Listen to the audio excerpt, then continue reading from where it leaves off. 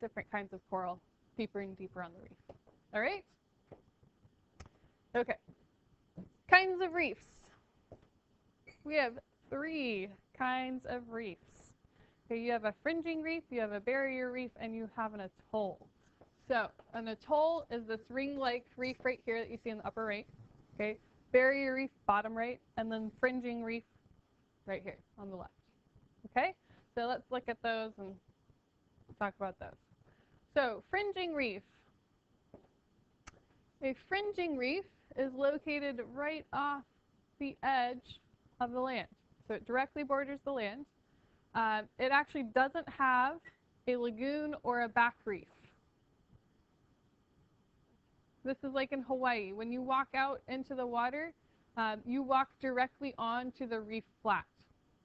Okay, there is no back reef, no lagoon, because it's directly up against the land. So you walk out directly onto the reef flat. Here's kind of a picture. All right. So directly borders the land. This type of reef is probably going to be the most vulnerable to damage by humans, right? Because they're right up against the land, so we can walk right out onto it.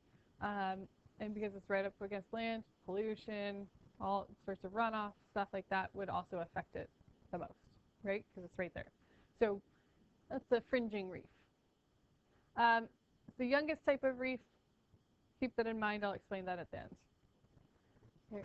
So here's another picture just to help you see it. All right. So here's the beach that you would lay on, right, in Hawaii. And then you can walk out onto the reef flat and then crest and fore reef slope. Okay? Okay. Second type of reef is a barrier reef. Okay. The barrier reef is separated from the land by a lagoon, and it has a back reef. It is also considered to be the second stage of reef formation. Again, I'll explain what that means. And then, example, obviously the Great Barrier Reef in Australia. The biggest one. Coolest one. So here's profile. So you can see lagoon, back reef slope, reef flat crest, fore reef slope. Okay, and then like I said, you could get patch reefs and stuff like that that'll pop up in the lagoon. So just another profile to help you see it. All right. Okay, on the fore reef slope, you'll actually get these things called spur and groove formations, where you get like basically jets of coral that grow, like these big long lines of coral that grow, and then next to that you'll get like channels of sand, and then like jets of coral, and then channels of sand, and then jets of coral and channels of sand. And that actually is really good for the reef. What it does is it actually allows, like, the channels of sand are exactly what they sound like. They're channels of sand that allow any of the sand that would get deposited on top of the reef to run down and go down to the bottom. Okay, because if it got deposited on the top, it'd smother the coral and the coral would die. So it allows for sand to get out of the way where it's not supposed to be. This is what it looks like from the air. Okay, it's called spur and groove formation. So you see like the dark line next to the lighter line, and the dark line, and the lighter line, dark line, lighter line. Yeah. So the dark lines are the coral, and then the lighter lines are the sand channels. Okay, and you can see the size of that compared to the boat that's right there, right? So it's a big reef.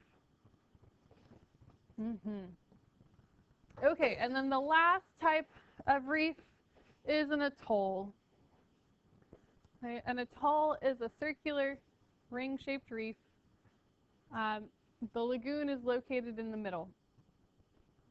So the lagoon's in the middle, and then you have the lagoon, the back reef, okay, that faces that lagoon.